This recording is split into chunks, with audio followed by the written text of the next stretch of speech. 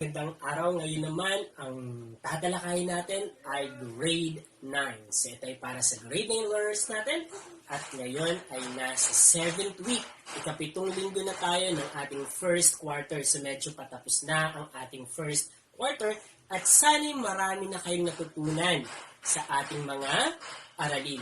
So kung hindi pa, pwede niyong balikan ang ating mga video lesson at huwag din kakalimutang mag-subscribe sa aking YouTube channel nang ito ay inyong ma-access at mapanood. Okay?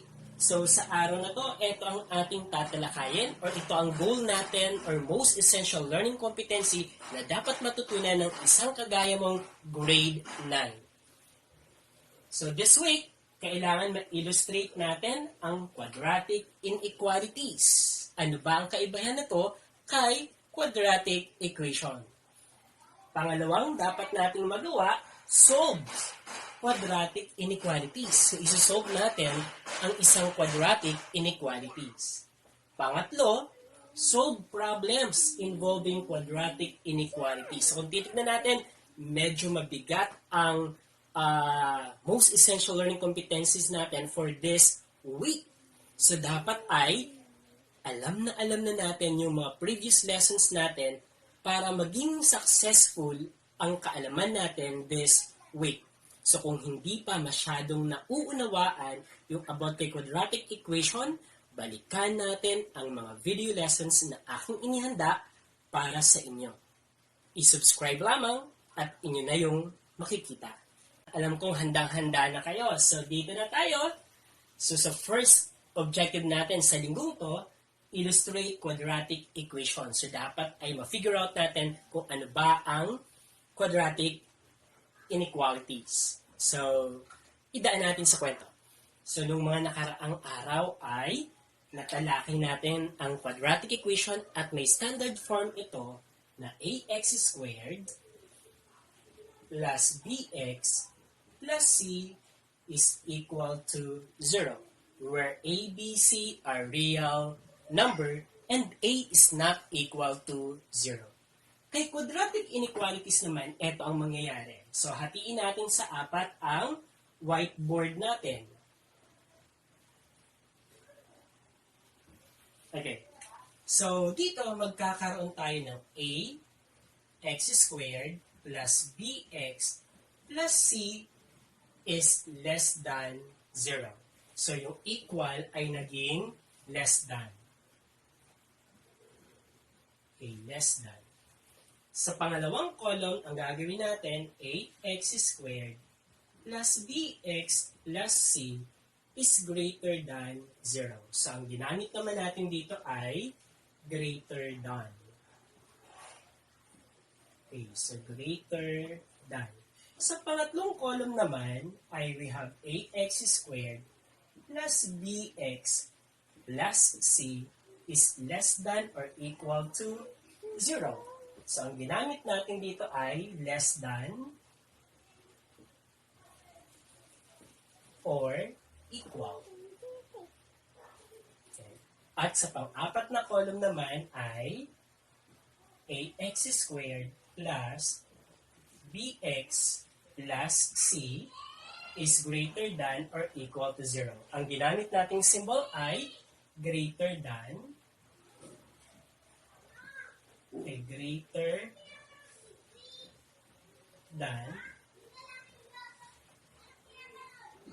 greater than or equal. So, from our quadratic equation standard form, so nagsanga siya ng 4 at nagpalit ang mga symbol. So, from equation, naging siyang inequality. So, kung bakit siya tinawag na inequality? Kasi mga inequality symbols na ang na-observe natin. So, hindi na siya equation ngayon. That is now inequalities. So, gumamit tayo ng less than, or greater than, or less than or equal, or greater than or equal. So, kung yun ang mga nawi-witness natin sa ating given expression, so we can call that one as quadratic inequalities. Plus, dapat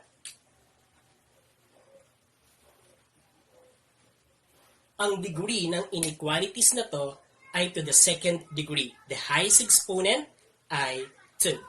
Okay, so we have that one. Okay, magbigay tayo ng halimbawa ng mga inequalities natin. So, kayo din ay allowed magbigay ng inyong example. Pwede nyo isulat sa papel at i-check nyo kung yun ay tama. Okay, so sa akin, let's say I have 3x squared plus x plus 1 is less than 0. So that is my example. For this kind naman, let's say I have x squared minus 2x plus 8 is greater than 0. So this is an inequality, quadratic inequality. Then here naman, let's say I have 10x squared minus 2x plus 5 is less than or equal to 0. This is another example of a quadratic inequality.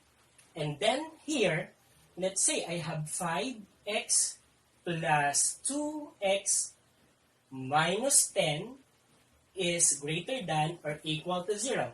This is another example of a quadratic inequality. So how to check or how to determine if it is quadratic inequality? So first, check the symbol used. So dapat ang symbol ay inequality symbol. So we have the less than, greater than, less than or equal, greater than or equal. The second na i-check natin ay the degree of that inequality. Oh, sorry. So this one that must have square. Okay, so the degree must be to the second degree or the highest exponent ay 2 because we also have a linear inequalities. So kapag linear inequalities, so the degree is 1 while the quadratic inequalities, the degree is 2. Okay? So that is the first one. So sa pangalawa naman na hitsura ng quadratic inequalities natin, so pwede natin siyang ma-observe sa number line or as a graph on a number line. So here we are not yet computing the quadratic inequality. So ipapakita ko lang kung ano ang hitsura ng graph ng quadratic inequalities natin. So here, for example, this is our number line.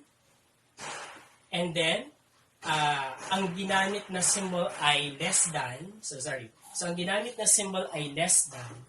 So, since it is quadratic inequalities, at most we have two values of x. So let's say ito yung first value natin at ito yung second value.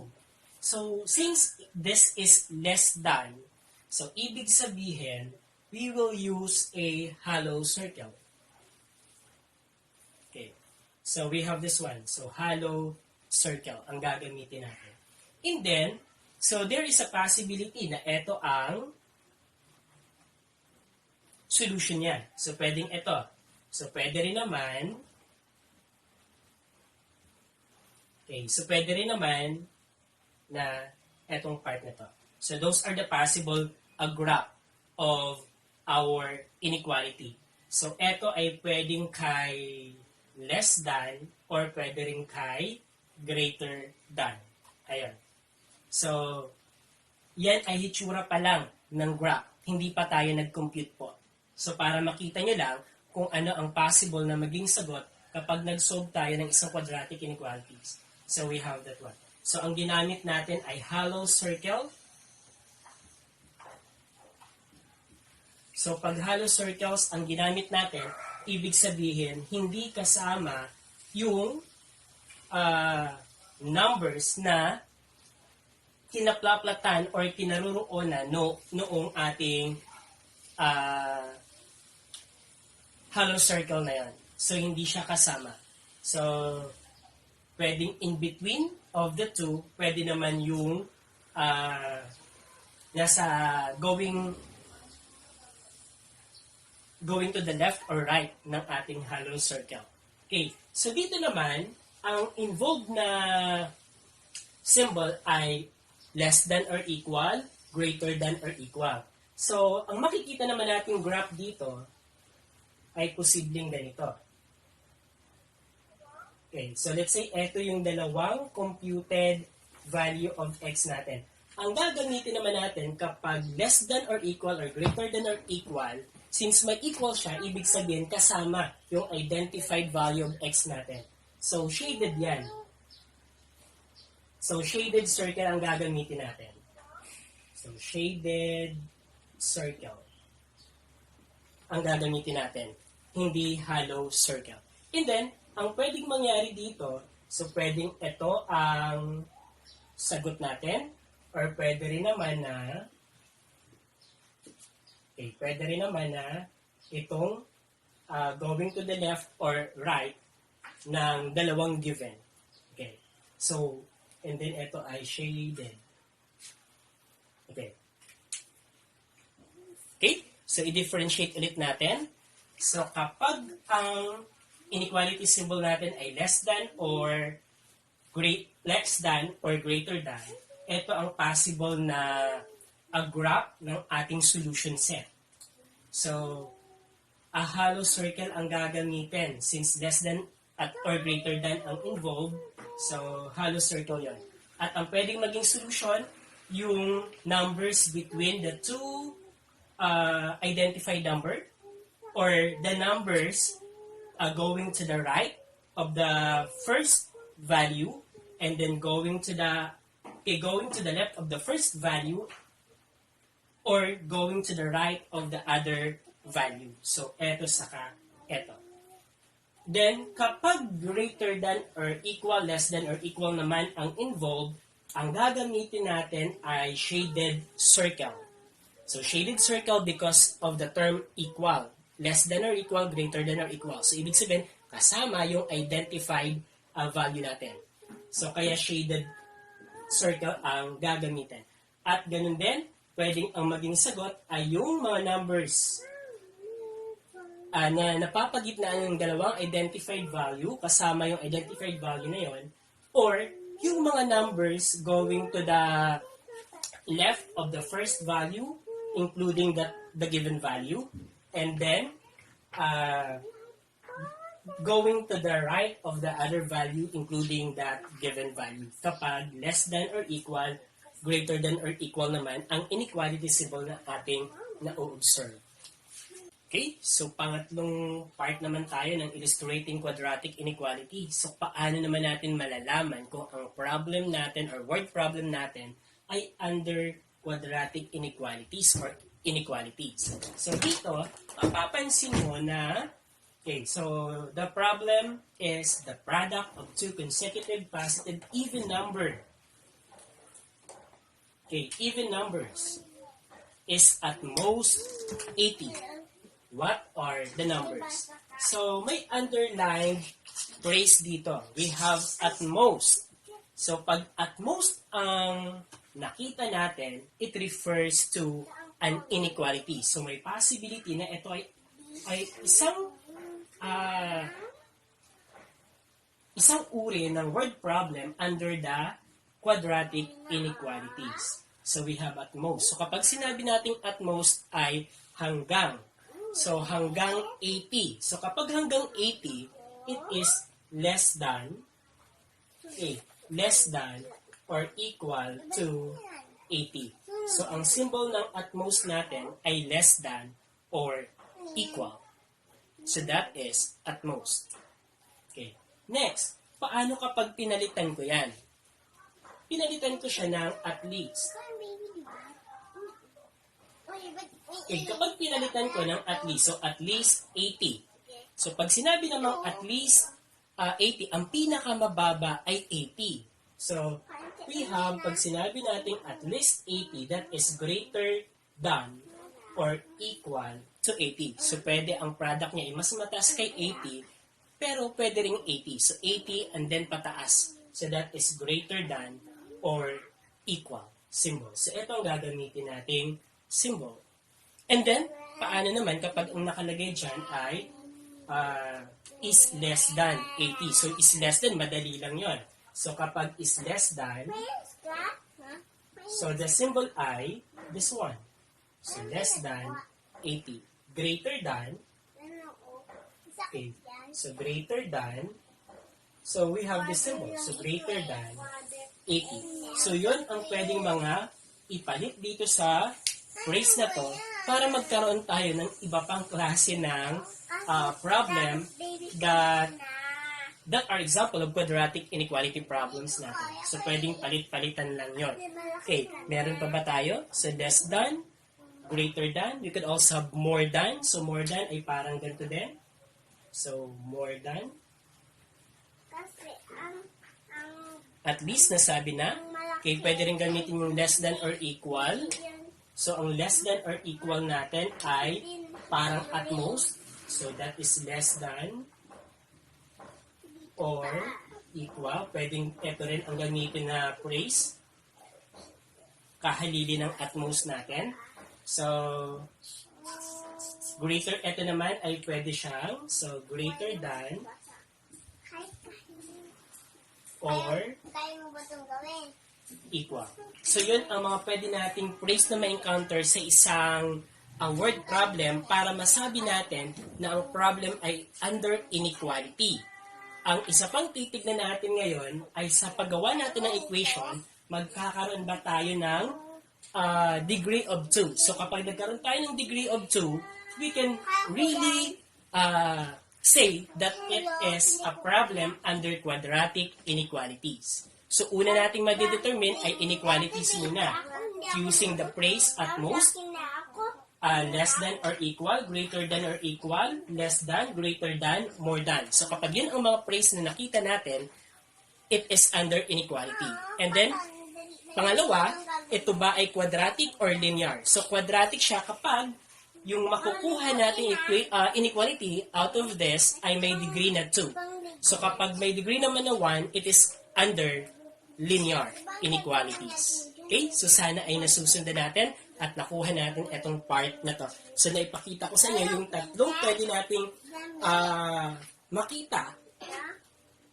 At sa tatlong yon ay madidistinguish natin or mai-illustrate natin ang isang quadratic inequalities. So, pangalawang objective naman tayo. Tapos na tayo kay illustrating quadratic inequalities. Ngayon naman ay kay solve quadratic inequalities. So, may dalawa tayo ditong problem. So, ang isa, ito ay factorable kasi. Ito naman ay hindi factorable. Ayun. So, ang unang gagawin natin, so focus muna tayo dito sa isa, sa factorable kasi medyo madali. So, ang una natin gagawin, so our problem is 7x squared minus 7x is greater than or equal to to 14, to positive 14. Okay. So, una ay isiset natin ito bilang isang quadratic equation. So, ibig sabihin, so 7x squared minus 7x is equal to 14. So, ginawa muna natin siyang quadratic equation. Pero, hindi natin kakalimutan yung pinaka-original equation sapagkat may impact yan sa ating final answer. Okay. And then, after natin makuha ang quadratic equation niya, make sure na mai-transform natin siya into standard form. So, dito, para maging standard form, etong 14, dapat mai-transpose natin sa kabila. So, we have 7x squared minus 7x minus 14 is equal to 0. So, eto na ay standard form of our quadratic equation. Okay, next. Tignan natin mabuti ang mga terms. 7, ang mga numbers na involved. 7, negative 7, negative 14. So, ibig sabihin dito, since mga divisible siya by 7, pwede nating pababain ang number ng ating mga terms. So, we can divide. So, pwede nating i-divide lahat ng to by 7 para mawala. Okay, so 7, 7, 7, 7. So, para bumaba or ma-reduce natin ang ating equation, yung mga number na i-deal natin. So, 7 divided by 7, that is 1. So, magiging x squared na lang dito. And then dito naman, negative 7 divided by 7, negative 1. So, we have this one. Okay? Negative 14 divided by 7, we have negative 2. 0 divided by 7, that is 0. So, ito ay simplified standard form na ng ating quadratic equation. So, na-simplify natin. Okay, then, after this, solve natin. Okay, so solve natin. So, sabi ko, ito ay isang factorable. So, since it is factorable, pero kung hindi natin nakita na ito ay factorable, gagamit tayo ng ibang way. But kung nakita natin na ito ay factorable, ang gagamitin natin or the best way na gamitin natin at mas madali ay ang factoring. So kailangan lamang na magaling tayo sa factoring na naituro na sa ating grade 8 year level natin. Okay, so dito, factoring tayo. Kailangan i-consider si negative 2. Kailangan i-consider si negative 1. So, ang sum ay negative 1, ang product ay negative 2. So, anong number ang kapag minultiply ay 2? So, we have 1 and 2. Lamang. Diba? So, 1 and 2, we have 2. Kaso, negative yon. So, dapat ang isa sa dalawang factors natin ay negative. Alin kaya dito ang negative? Tignan natin kasi kailangan din natin i-consider yung sum.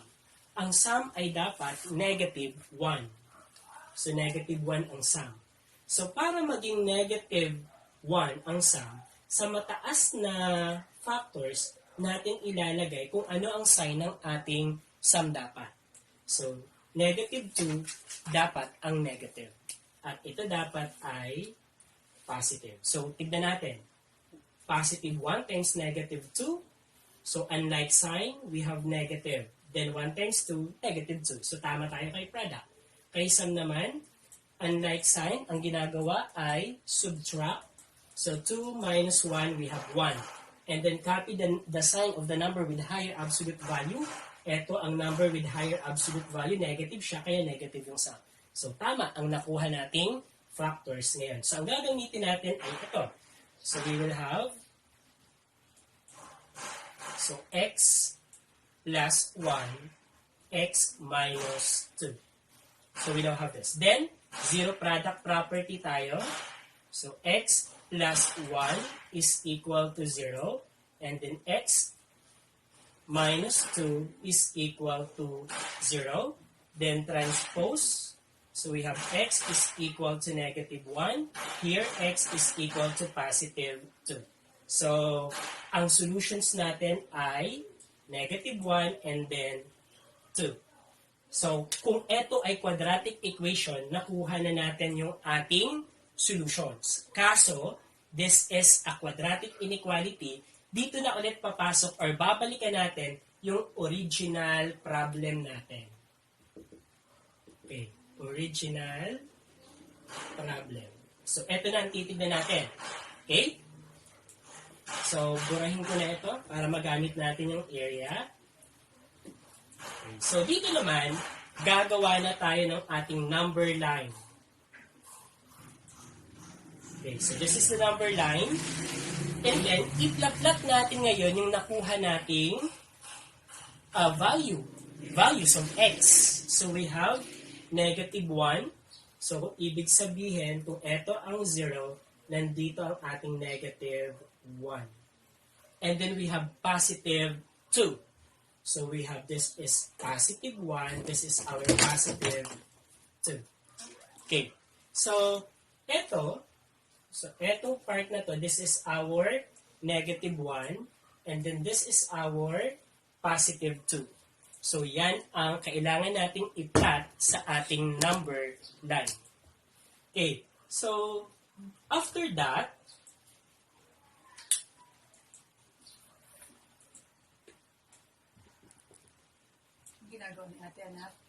okay, so after this, saka na natin babalikan ang ating symbol.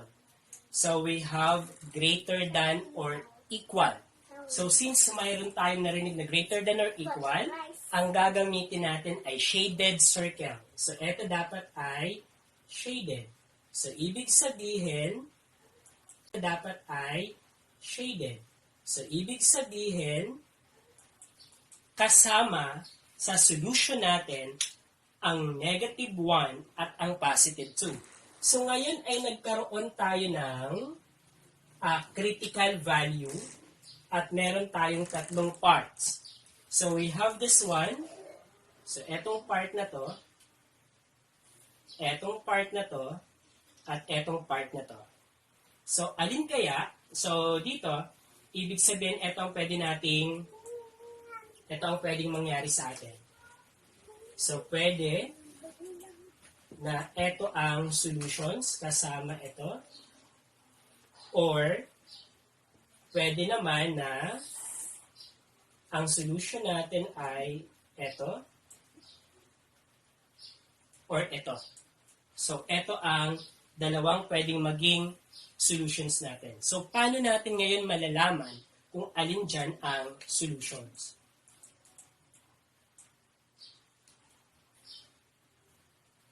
Okay. So, dito papasok okay. We will test kung alin sa mga critical part natin ang magiging solution. Okay, so dito, gamitin natin ngayon sa pag-test itong equation na to. So we have x plus 1 times x minus 2. Then the original symbol of the problem greater than or equal to 0. Let's say, ang ititest natin ay etong nasa gitna. So, etong nasa gitna, eto ay x. Okay. Okay. X is less than 2. X is greater than negative 1. Pag kinumbine natin ito, this one will become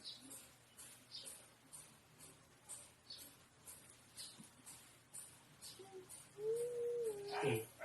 Ito na siya. Paano siya babasahin? Okay. X is greater than negative 1 but less than 2.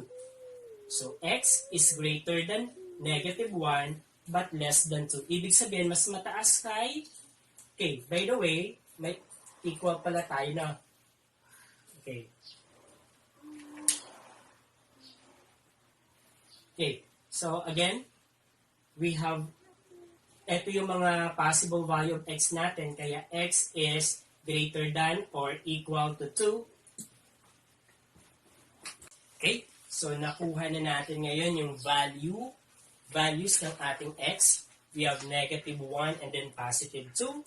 And then, na-plot na natin siya sa ating number line. So, negative 1 and then positive 2. And then, binalikan natin si original problem. The inequality symbol involved ay greater than or equal. So, since greater than or equal, shaded circle ang gagamitin natin. And then, i-determine natin ngayon yung tatlong intervals natin. So, ang first interval natin ay ito, then second, and then third. Okay, so yung gitna natin, yung napapagitnaan ng dalawang critical values natin, so that is this interval. Ito ay, ang x dito ay mababa kay 2 pero mataas naman kay negative 1. So, to get that interval, so kung x compared to 2, we have x is less than or equal to 2. Since ang involved natin ay ito yung symbol. So, kasama yung 2, kaya less than or equal.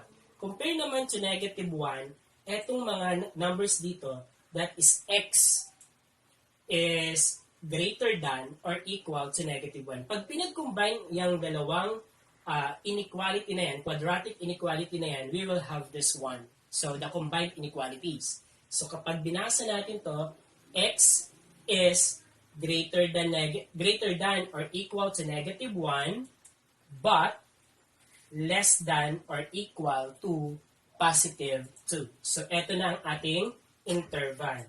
So, this is one of the intervals natin.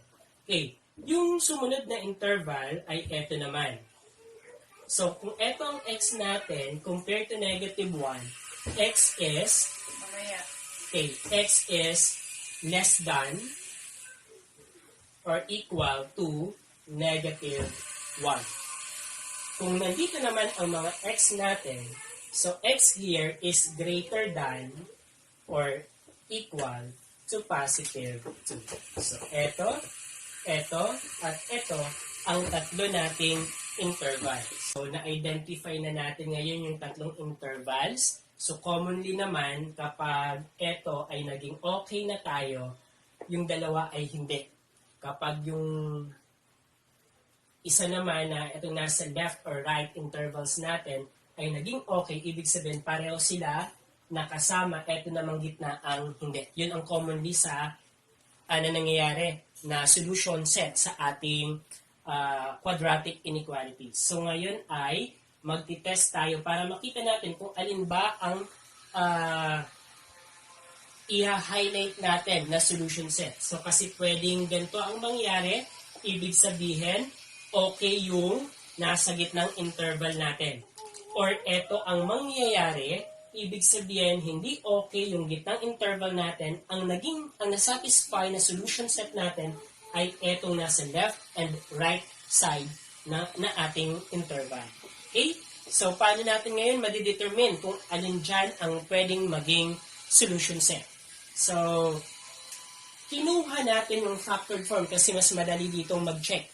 So, factored form ang kinuha natin, galing siya dito, and then, yung equal sign ay kinuha natin yung sa original problem natin, which is greater than or equal to 0. Mas madali kasi dito. Okay. Then, pipili tayo ngayon ng number. Madadalian tayong number sa ating mga interval. So, i-test natin ngayon ang ating interval na test.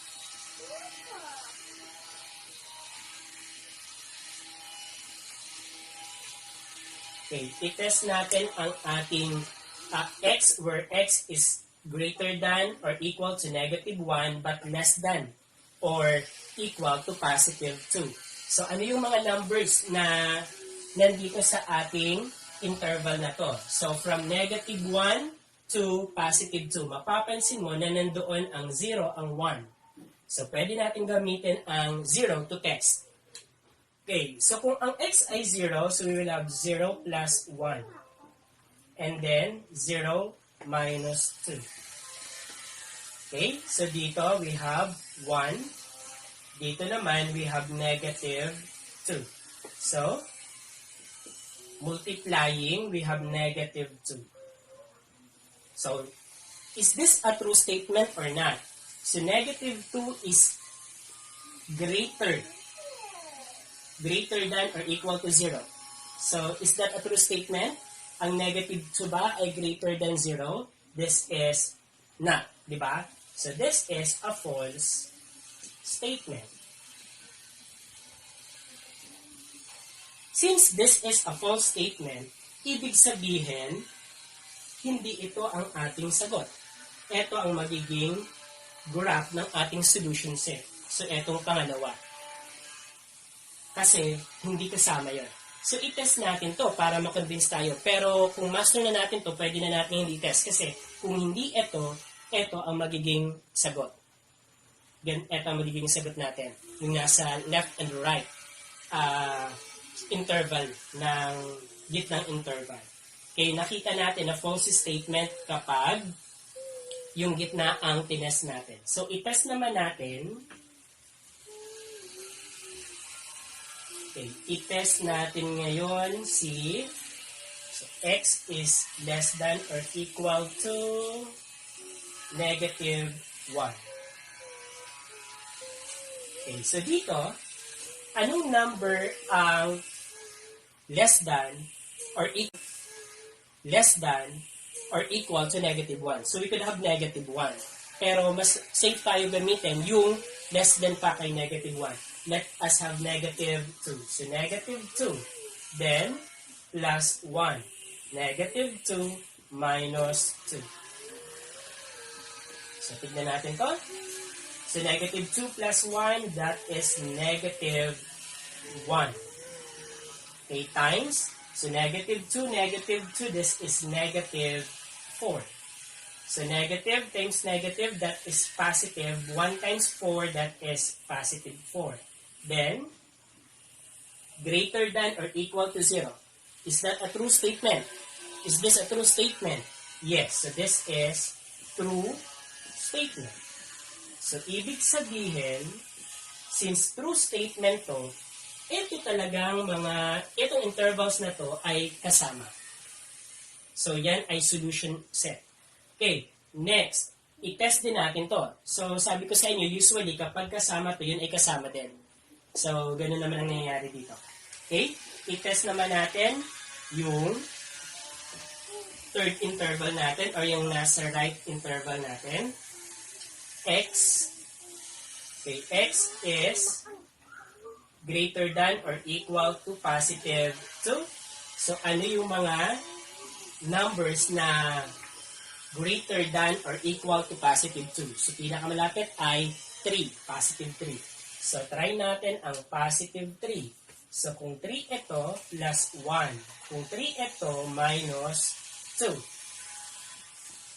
Okay, we have here 4 times 1 multiply 4. Is positive 4 greater than or equal to 0? Yes. So this is a true statement. Okay, so this is a true statement. So ibig sabihin, ito talaga ay sagot. Okay, so ngayon ay, ito yung graph ng ating solution set.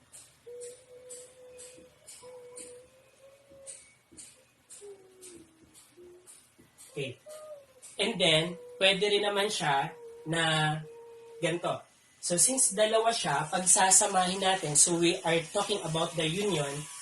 So, ito ang union natin, union symbol. And then we have this interval, ito ay x is less than or equal to negative 1. And then, this interval naman, so ito, we have x is greater than or equal to positive 2. So, eto na ang solution set natin.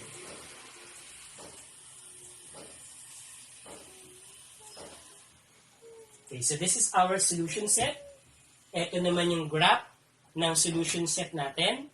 And then, pwede nating i-identify kung ano-ano ang mga pwedeng maging sagot. So, x is less than or equal to negative 1. So, ibig sabihin, ang pwedeng maging solution dito sa maging solution ay, so we have negative 1. Included si negative 1 at yung mga mabababa pa sa kanya, so negative 2, negative 3, and so on. Going to a negative infinity. And then, dito naman kay part na to, x is greater than or equal to 2. So, ibig sabihin, since equal to 2, kasama ang positive 2, then 3, 4, and then, and so on, going to positive infinity of numbers. So, yun ang mga elements or mga solution na pwedeng maging sagot sa ating inequality. So, kay inequality, guys, ay marami ang pwedeng maging solution. Kaya siya solution set. Samantalang kay quadratic equation naman, we have at most 2 solution lamang. So, yun ang isa pa sa kaibahan ni quadratic inequality kay quadratic equation.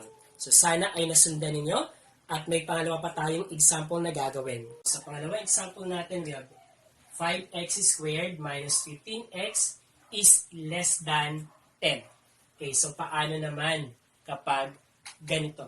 Okay, so dito, unang gagawin, we will set this one as a quadratic equation. So, kukunin natin yung corresponding quadratic equation ng ating quadratic inequality. So, we have 5x squared minus 15x is equal to positive 10. So, this is the quadratic equation. Kung titignan natin, wala siya sa standard form. So, ibig sabihin, kailangan natin kunin ang standard form nito. So, by transposing positive 10 to the left side, magiging siyang 5x squared minus 15x, positive 10, pag nilipat sa kabila, magiging negative 10 is equal to 0. So this is in standard form na. Okay, standard form na siya of quadratic equation. Okay, next, suriin mabuti ang mga numbers sa bawat term. 5, negative 15, negative 10. So, ibig sabihin, divisible silang lahat by 5. So, pwede nating i-reduce or pababain yung number ng ating quadratic equation. So, by dividing 5 in each term. So, divide, ang matitira na lang ay x squared. Ito naman ay 3x. Ito naman ay magiging 2 na lang. Ito naman ay 0. So, simplified standard form of quadratic equation meron na tayo. Okay. So, itong pangalawang example natin ay hindi na siya factorable. Okay. So, kanina, ang diniscuss ko ay factorable. Ngayon naman ay hindi na factorable. So, kung hindi factorable to, the best way na gamitin natin ay quadratic formula.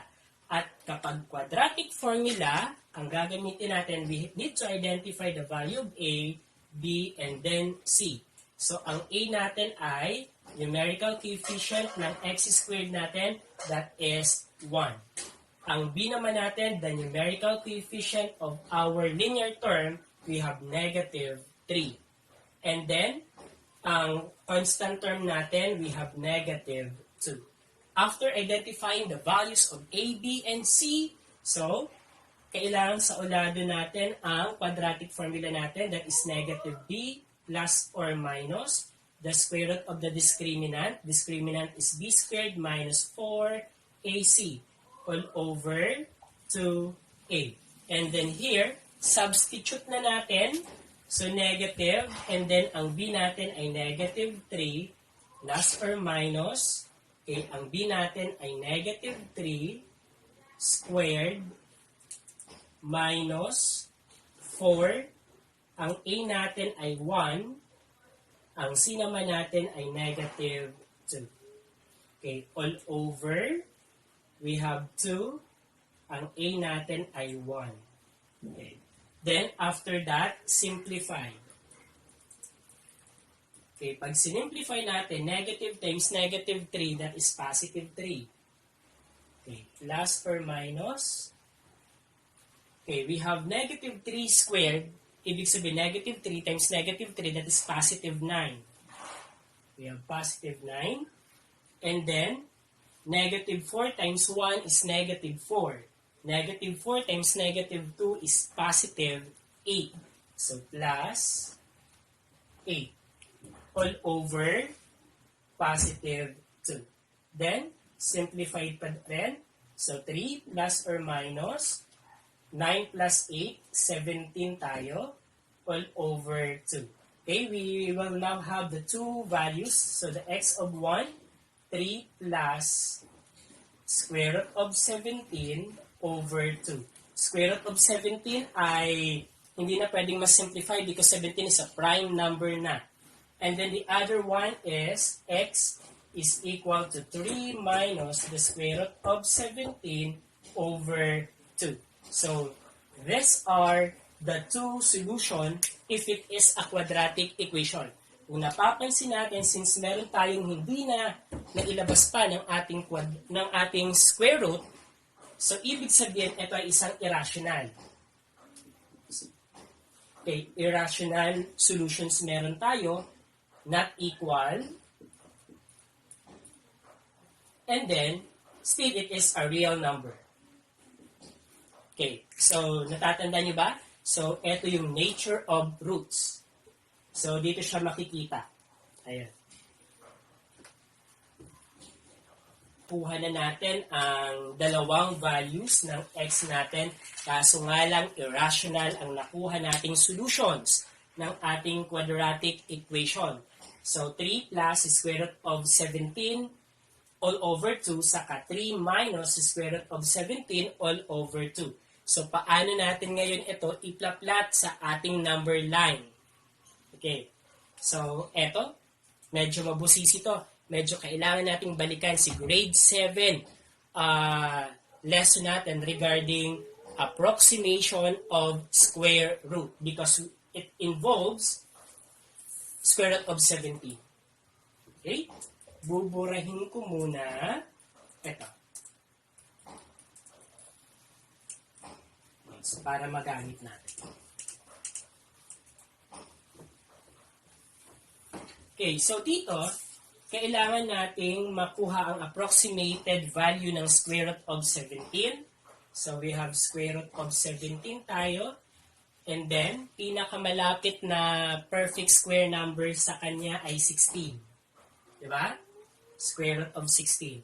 At ang susunod naman ay square root of 25. So 17, we have 80. Ito ang hinahanap natin So square root of 18, 19, 20. So medyo ano pa, marami pa bago mag square root of 25. Pero pinakamalapit siya kay 16. So dito, square root ng 16 natin ay 4. Principal square root. Principal square root ng 25 natin ay 5. So ibig sabihin, ang value ng square root of 17 ay between 4 and 5. So dito, magti-test tayo kasi in between ng 4 and 5, we have 4.1, 4.2, 4.3 up to 4.9 because after 4.9, magiging 5 na.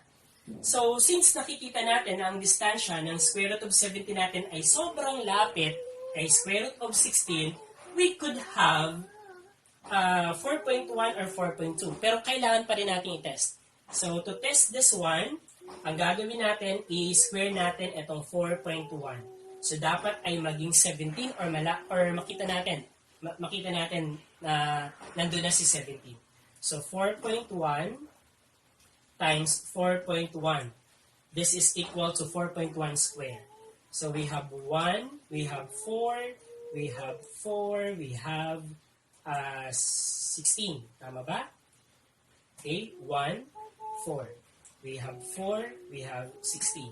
And then, okay, 1, 8, 16.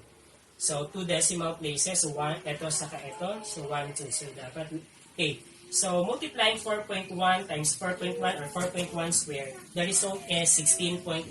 Compared to 17, so, medyo malapit na. Medyo malapit pa lang. Okay. So, next here, try natin si 4.2 squared.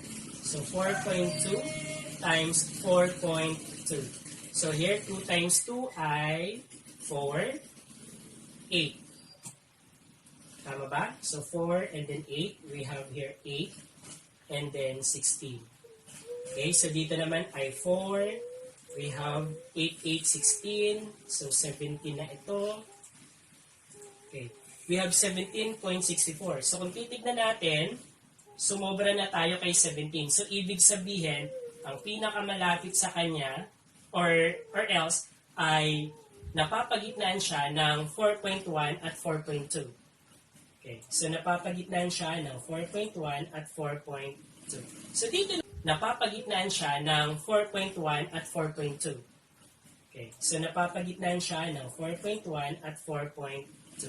So dito naman, so tanggalin na natin si 4 saka si 5. Ngayon naman ay, i-compare natin siya between 4.1 at 4.2 kasi nandito siya sa gitna ng 4.1 at 4.2. So, alin nga ba dito sa 4.1 at 4.2 ang pinakamalapit kay square root of 17? So, para makita natin kung alin ba dyan sa dalawang yan, so pwede tayong, okay, or else pwede na natin gamitin ng 4.1. Pwede nang gamitin ng 4.1. At least approximately ay napakalapit na natin doon. Pero kung gusto mong makita yung second or in hundredths place, pwede nating kunin. Pwede nating ma-check yan. So, pwede natin gamitin ng 4.1. Dito kasi, or in between 4.1 and 4.2 kasi, we still have 4.11, 4.12, 4.13, up to 4.19. So, pwede nating itest si 4.15. Okay, so 4.15. Okay. So, eto, kay 4.15, kapag in-square natin to, dapat ay, ang result nito ay below 17. Kapag below 17, dito tayo kay 4.2. Pero kapag sumobra na kay 17, ibig sabihin, dito tayo kay 4.1. Kasi itong 4.15 na to, square, ito yung gitna ng 4.1 at 4.2. Okay. So, sa ngayon ay, sige, pagpatuloy natin. So, square natin to, we have 4.15.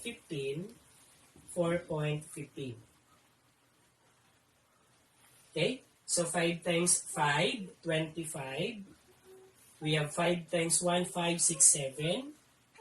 Okay? Then, we have 20. Okay, next, we have 5. We have 1. We have 4. Then, we have, erase muna natin to. So, 20. We have 4, 5, 6. We have 16. 5, 12. We have 2. We have 6 and 6, 12. We have 17. 6, 7. Okay, and then 1, 2, 3, 4. So, eto. So, 17.2225. So, kung titignan natin, nung tinest natin, ay sumobra na tayo kay 17. So, ibig sabihin, since sumobra tayo doon sa gitna ng 4.1 at 4.2 kay 17, kay ibig sabihin ay 4.1, hindi na siya pwede kasi sumobra na. So, sabi ko kanina, kung ito ay hindi pa sumobra, pwede natin gamitin si 4.15. So, pag ni-round off natin, 4.2. So, dito siya. Kaso ngayon ay sumobra na, kaya ang decision natin ay 4.1. So, 4.1 ang gagamitin nating value. Okay? Balik tayo dito. So, x of 1 is equal to 3 plus 4.1 over 2. Dito naman, x is equal to 3 minus 4.1 over 2. Okay? So, nakuha na natin yung approximated value ng square root of 70 natin using the learning na makikita nyo rin sa grade 7 basic math. Okay? So, square root of 17 is equivalent to 4.1. So, manually, that is 4.1, the approximated value of this. Okay, ngayon ay kailangan natin isolve para makuha talaga natin ang value ng x natin, x of 1 at x of 2 natin. So, 3 plus 4.1, so 4 plus 3, that is 7. So, we have 7.1 divided by 2. Ito naman, okay, so 3 minus 4.1. So, dito, we will have 3 plus negative 4.1 divided by 2. Then, unlike sign, subtract. So, we have 4.1 minus 3.0. So, here we have 1. Then, here we have 1. So, 1.1 tayo. So, 1.1. And then, the number with higher absolute value is negative. So, negative 1.1 over 2. Okay? So, next ay, i-divide naman natin. Okay? Yung x of 1 muna tayo. We have 7.1 divided by 2. Ilang 2 meron sa 7? We have 3 times 2, 6. We have 1 here.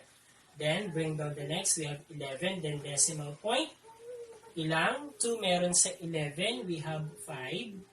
5 times 2, that is 10. Okay, and then we have 1. Add 0. Bring down that 0. Ilang 2 meron sa 10? We have 5 times 2 ay 10, we have 0. So, 3, so ibig sabihin ito, this is approximately equal to 3.55. So, approximately equal na siya kasi nag-approximated value tayo doon sa square root of 17. Okay, next, yung pangalawang value natin, so ang x of 2 natin, we have negative. So, immediately, negative ang quotient nito. Okay. And then, 1.1 divided by 2. Okay. Ilang 2 meron sa 1? Wala. So, 0 times 2, 0. Subtract, we have 1. May decimal point, so decimal point tayo doon. Bring down the next number, we have 1. Ilang 2 meron sa 11? Meron tayong 5. 5 times 2, 10. Subtract, we have 1. Add 0, bring down that 0 down. Ilang 2 meron sa 10? We have 5. So 5 times 2, we have 10. And then 0. So ibig sabihin, so we have 55 hundredths. Negative siya kasi dividing and like signs ay magre-result sa negative. So, eto na. Nakuha na natin yung approximated value natin ng ating irrational number. So, approximated value lang siya.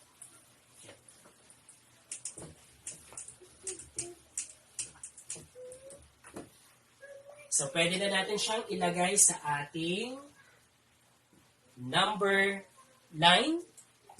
And then, let us locate. So, negative 55. So, let's say na ito ang ating 0. Okay. So, kung ito ang ating 1, so negative 1, nasaan ang ating negative 55? So, we could have here 0.1, okay, 1 tenths, 2 tenths, 3 tenths, 4 tenths, 5 tenths, 6 tenths, 7 tenths, 8 tenths, 9 tenths. Okay. So, ito yung 0.1, 0.2, 0.3, 0.4, 0.5. But since that is 0.55, so nasa gitna siya. So, nandito siya. Okay. So, lulocate natin dito, negative 0.55. So, eto. Okay, and then, balikan natin si symbol natin, that is less than. So, ang gagamitin natin ngayon ay hollow circle. Ibig sabihin, hindi kasama ang negative 0.55 sa magiging solution set natin. So, it is a hollow circle. Another one na kailangan nating ilocate ay ang 3 and 55 hundredths. So, kung ito ang 0 natin, positive 1, positive 1, positive 2, positive 3. So, kulang ang number line natin. So, diretso tayo.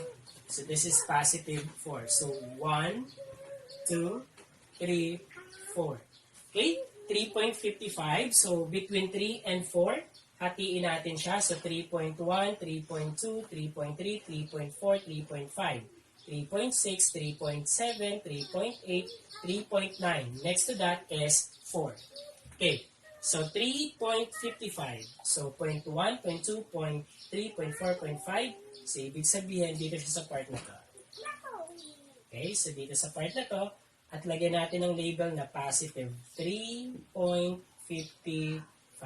Okay, so ngayon, para maging clear tayo, tatanggalin ko na itong 1, 2, 3, then 4, then negative 1. And then, lalakyan ko si 3.55. Okay, so ito ay positive 3.55 or 3 and 55 hundredths. Ito naman ay negative 55 hundredths. Okay, yan. So, ito naman yung 0 natin. Okay? So, again, ang ginamit natin ay hollow circle. At dito, meron tayong dalawang pwedeng mangyari ulit. So, kung ito si negative 0.55, ito naman si 3.55, so pwedeng ito ang solution set natin. Pwede rin naman na, so ito ay negative 0.55, ito naman ay positive 3.55, so pwedeng ito ang maging solution set natin. So kung ito ang solution set natin, magiging siyang Okay, x is, kung titignan natin ay greater than negative 0.55, then compared to 3.55 naman, x is less than positive 3.55.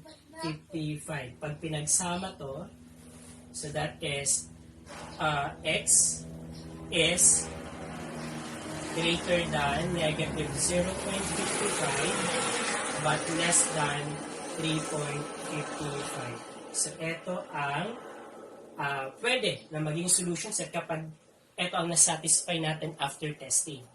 Okay, pwede naman na ito. So, ito naman, ito ay x is less than negative 0.55. Etong part naman na to ay ang x is greater than 3.55. So, kapag yan naman ang naging solution set natin, so we will have the union of x is less than negative 0.55 and x is greater than positive 3.55. So, ito ang pwedeng maging solution set natin kapag ito naman ang nasatisfy natin. Okay? So, test natin ngayon para makapag-decide tayo kung alin sa dalawang yan ang graph ng ating solution set at nang makapag-decide na din tayo kung alin dyan ang ating solution set. Okay? So, kailangan kong magbura. Okay, eto na ang buburahin ko.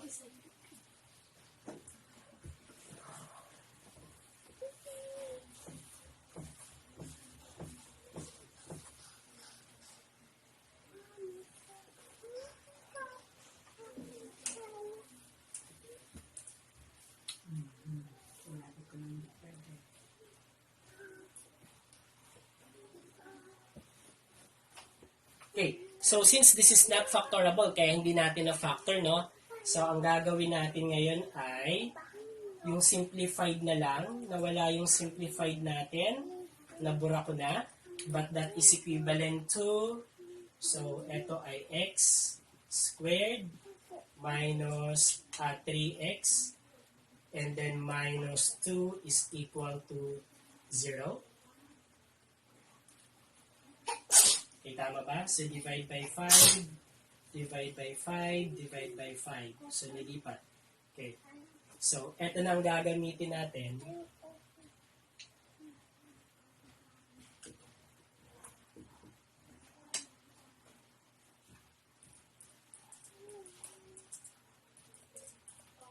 Okay. So nandito na tayo to decide kung alin sa dalawa ang solution ng ating solution set ng ating problem na kung saan naging irrational number ang kanyang critical values. Okay, so dito, so we have x squared minus 3x minus 2 is less than 0. That is the equivalent quadratic inequality of our original problem. So, eto. So, dito natin iti-test ngayon ang ating tinitignang solution. So, kung ito ang iti-test natin, so let us test. Okay. So, test x is greater than negative 55. Okay, negative 0.55. Okay, but less than 3.55. So, anong number ang napapagitna dyan sa critical values natin? So, we have the 0. So, kung titignan natin, ang 0 ay nandoon. So, mas madaling i-check kung 0 ang gagamitin natin. Okay, then replace that 0 sa x natin. So, we have 0 squared minus 3 times 0 minus 2 is less than 0. So, dito, tignan natin. 0 squared is 0. Negative 3 times 0 still 0. Then, minus 2. Ang matitira ay negative 2. Okay, negative 2 is less than 0. Is that a true or false statement? So, this is a, okay, less than. So, this is a true statement.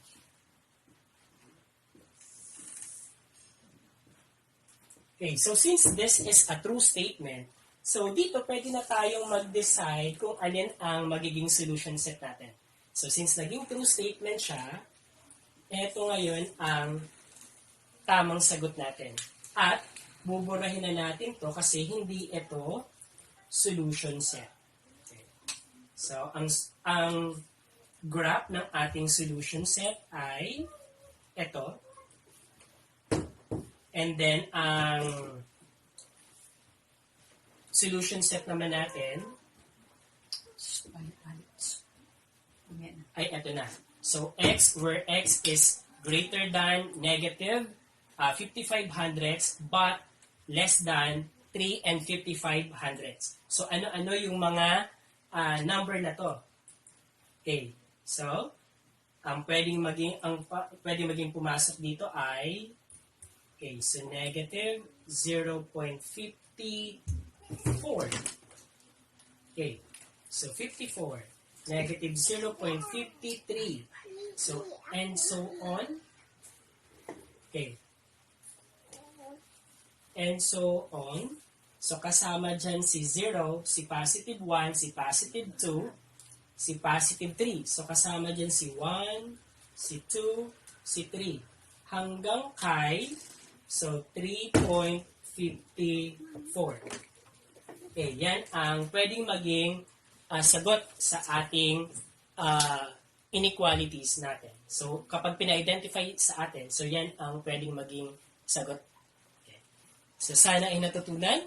Medyo mahaba-haba yung computation natin, pero kapag pinanood natin or sinundan natin, ay pwede nating makuha ang problem sa module.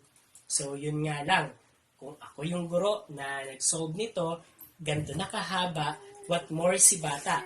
So, hindi sasapat yung isang oras. Kaya sa mga guro dyan, kung ang ipapagawa natin ay manual computation, kailangan bigyan natin or i-consider natin ang oras na pwedeng masagutan ng ating mga estudyante ang problem na ibibigay natin.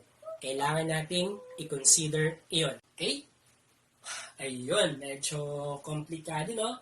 So, nandito na tayo sa pangatlong objective natin para sa linggong to.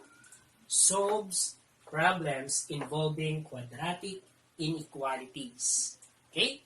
So, bakit ba or paano ba nasabi na ito ay isang problem under quadratic inequalities? So, una, basahin muna natin yung problem.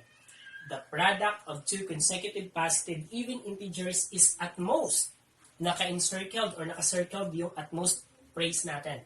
At most 80. What are the possible pairs of integers? Okay, so kapag ang nakita natin sa problem, sabi ko sa inyo ay at most, at least, less than, greater than, less than or equal, greater than or equal, yan ay nagpapahiwatig na ang problem ay under inequalities. Kaso, may dalawa tayong uri ng inequalities or we have the linear and then the quadratic sa ngayon na dinidiscuss natin. So dito, alin ba ito? Linear ba to or quadratic? So makikita natin kung linear or quadratic ito kapag nakuha na natin yung inequality behind this problem or behind this word problem. Later. Okay, so dito, intindihin muna natin yung problem natin. So parang pag-intindi rin natin yung problem doon sa quadratic equation natin because this is related closely sa ating quadratic equation or solving word problem involving quadratic equation. So, representation muna tayo.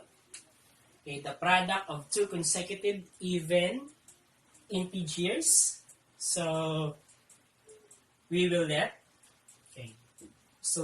x is the first integer natin. And then, consecutive tayo, kaya ang isa ay x plus 2. This is the second integer. So, that is our representation. Next ay, from the first statement, gagawa na tayo ng inequality natin. So, the product. So, ibig sabihin, multiplication ang operation. So, product of two consecutive even integers. This is the first integer, this is the second. So, first integer, second integer is at most. So, kapag sinabi natin at most, ano yung symbol nito? So, at most tayo ay less than or equal. That is the corresponding inequality symbol for the phrase at most. Okay, natalakay ko na ito kanina nung ini-illustrate natin ang quadratic inequalities. Okay? Is at most 80. What are the possible pairs of integers? So, eto na. Nakuha na natin yung inequality behind our problem. So, paano na natin isosolve to? So, ang sabi ay, una, isiset muna natin siya as quadratic equation. So, we could have x times x plus 2 is equal to 80. Then, kunin natin ang quadratic equation in standard form. So, multiply x squared, multiply, so we have 2x. So, distributive property ang ginamit natin. Sinimplify natin to at naging ganito na siya. So, x times x, x squared, x times 2, we have 2x. So, operation is plus. So, plus 2x. And then, yung 80 natin, transpose natin sa left side. From positive 80, magiging siyang negative 80. And then, is equal to 0. So, this is now a standard form of our quadratic equation. Next. So, 1 to negative 80. So, reduced na siya or simplified standard form na siya ng quadratic equation. So, after this ay susuriin natin kung ito ay factorable, we can use factoring. Kung hindi yan factorable, we can use completing or quadratic formula in solving the x here. So, ito, try natin by factoring kasi parang factorable siya. Okay? So, by factoring, kailangan natin to, yung constant term, so negative 80. Kailangan din natin to, so positive 2. So, maghahanap tayo ngayon ng numbers, dalawang numbers, na kapag minultiply ay negative 80 at kapag inad naman ay positive 2. Okay, so what are those? So, tignan natin. So, ang 80 natin, that is 8 times 10. Nakita nyo ba? That is 8 times 10. So, tignan natin. So, try natin 8 and 10. Pag minultiply ko, that is 80. Kaso, negative ito. So, ibig sabihin, ang isa sa dalawang factors na yan ay negative. Alin ang negative? Yung 8 ba or yung 10? So, doon na titignan mo yung sum. Ang sum na dapat natin ay positive 2. So, ibig sabihin, para maging positive ang sum dito, sa mataas na factor, ilalagay ang positive. At yung maliit naman ay i-honor natin yung sa product. So, ito naman ang negative. So, itry natin ngayon. Negative 8 times positive 10, that is negative 80. So, check tayo. Sum naman, so negative 8 plus 10, unlike sign, kaya subtract, we have 2. And then the number with higher absolute value is positive 10. So, positive siya, kaya positive to. So, check din ang ating sum. So, ibig sabihin, ito ang kailangan natin na ilalagay sa factored form natin. So, we will have x minus 8 and then x plus 10 is equal to 0. Then, zero product property tayo. X minus 8 is equal to 0. Then, x plus 10 is equal to 0. And then, x is equal to positive 8. Then here, x is equal to negative. Okay. So, negative 10. Ayan. Okay. Then here, okay, so since nakuha na natin, so ang gagawin na natin ngayon ay ilulocate natin sa number line natin ito.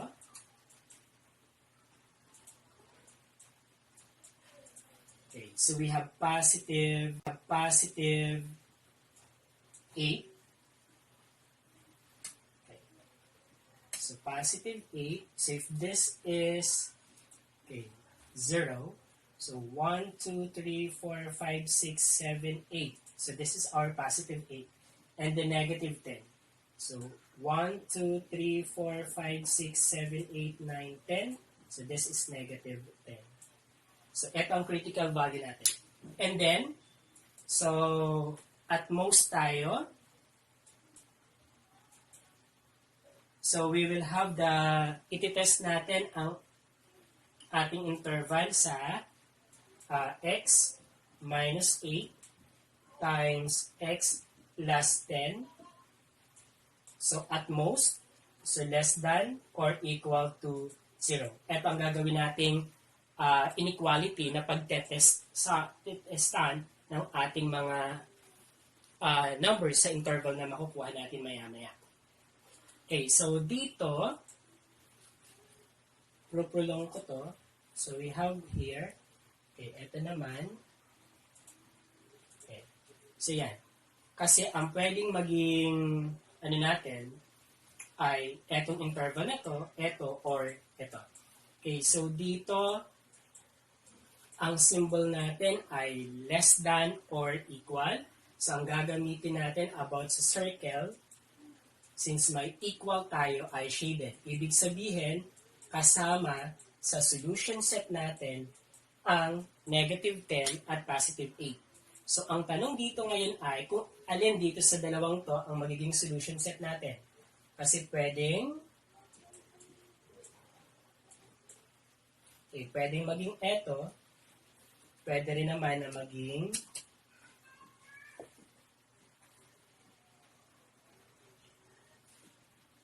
so pwedeng eto, pwedeng ito. Okay. So dito, determine natin yung interval. So dito sa part na to, compare x to negative 10. So x is greater than, so greater than or equal to negative 10. Compare x to 8 naman, so ito yung mga possible x natin. So x is less than or equal to positive 8. Pag pinagsama yung inequality na yon, so we will have